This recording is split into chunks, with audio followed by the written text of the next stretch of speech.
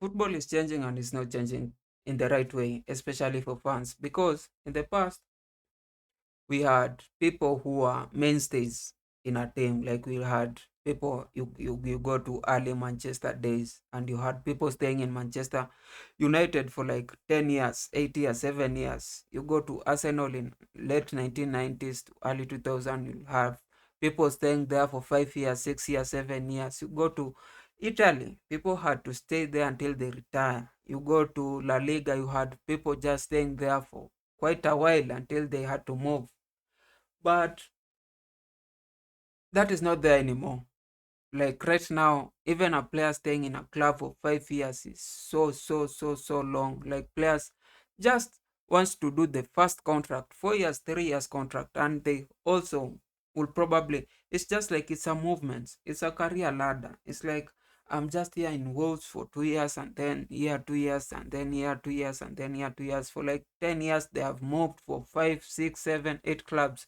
And no, that has a problem in that the way Man City has performed, I don't think will be replicated if this thing just continues, because a lot of teams will be changing year in, year out. And you could see in the teams that have not been performing so well, Chelsea, Man United, and I don't know what, they have always been changing their teams for quite a while. Like you look at team 2 years later, that's a whole different team. Like their first 11 probably has only retained like two or three guys. The other ones are new.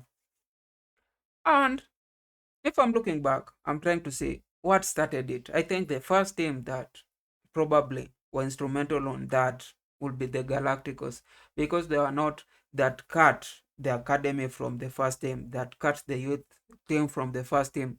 The people who were coming in first team were always like the stars from elsewhere: England, Italy, Spain, Brazil, Africa, Nigeria there. Like they were assembling just a set of assassins to win the game. And that first allowed the transfer, like the transfer cost of those guys, the transfer prices of those guys to shoot up. Because if you're doing, it's the principle of commerce. If you're buying things more frequently, there's a high chance that the prices will go up. Usually it's supply demand, but in just a different setting. That's what happened. And as the prices go up, the commissions to the agents usually go up. And it's like, if we are also in a capitalist world, if this is the way to make money, there's a high chance that people will start ensuring that happens more often. If transfers are making you money, there's a way you'll try to ensure that the transfers are happening more often to make you money. And it started with the agents, then the clubs. In the past, we didn't even know the agents. People were just going and signing, and then the agents will come later to look at the paper, say, hey, are this correct? Or if there was anything bad, that's when people start. But right now, agents are everywhere, every club, even in the lower leagues. Like you are in the fourth division and you have an agent. Like, what's happening? And they are pushing for transfers every now and then, just to make sure they're getting something. Like a person will be moving from the clubs 2 years, 3 years, 4 years, 5 years, and not even the agents themselves, the clubs. Sometimes they have also become, merchandising company. Like the players are not here to play; they are just here to show they are good, and then we pass them off. The likes of Brighton, the likes of Leipzig, the likes of, like, it's like, yeah, winning is not our first model of business. Like winning and playing the game and selling tickets is not our first model. Our first model is selling the players. There are clubs, academies which operate that way. And if you operate that way and it goes from the academies to the top league, that's what everybody thinks. That's what everybody tries to optimize. If everybody is trying to optimize, it reaches a point where a player staying in a club for more than 2 years will be unheard of. Like agents will be trying to get players to move very, very frequently. Like they'll be always knocking in the if they don't like the place to the managers. If they're missing minutes, why is my player missing minutes? My players wants out. If there's anything, if they have messed with anybody, if they are causing troubles, it's like we need to move. And sometimes the agents even tell the players like, you don't have to play, just stay back. That's why you see people like Isaac behaving this way. I don't think it's just I want to be the best in. You can't be the best anywhere.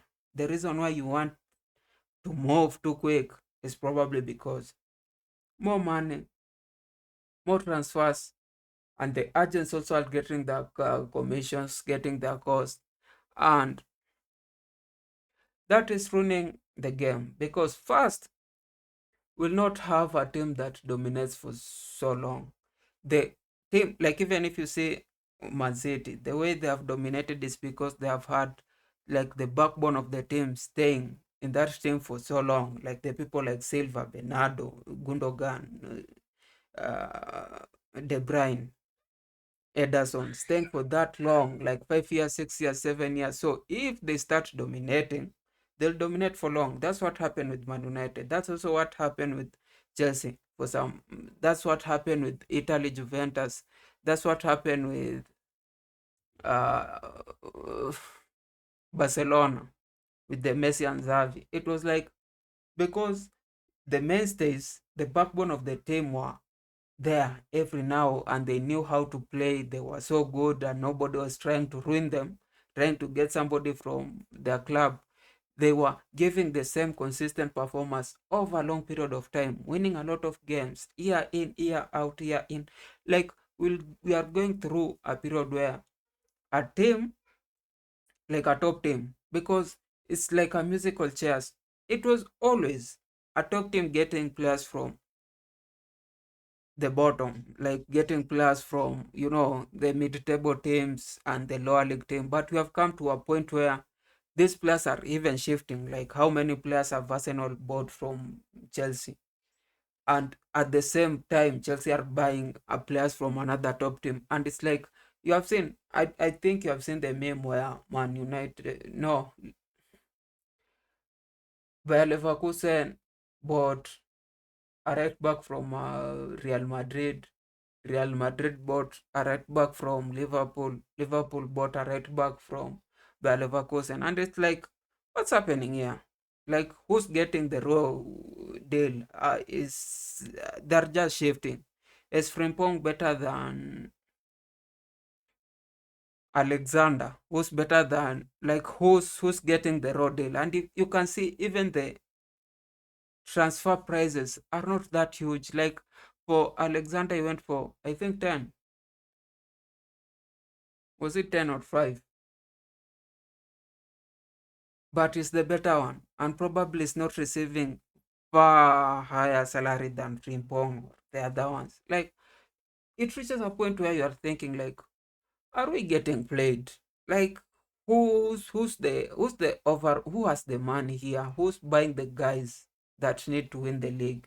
Are we just are the agents that you know playing the game, like playing the system, just musical chairs, just making these guys to so that they can collect and improve the prices for the players. And at the end, we reach a point where there's no loyalty, there's no passion. People are just playing to be seen. People are just playing to be signed again and again and again and again and again to make money, which eventually will ruin the game. Eventually.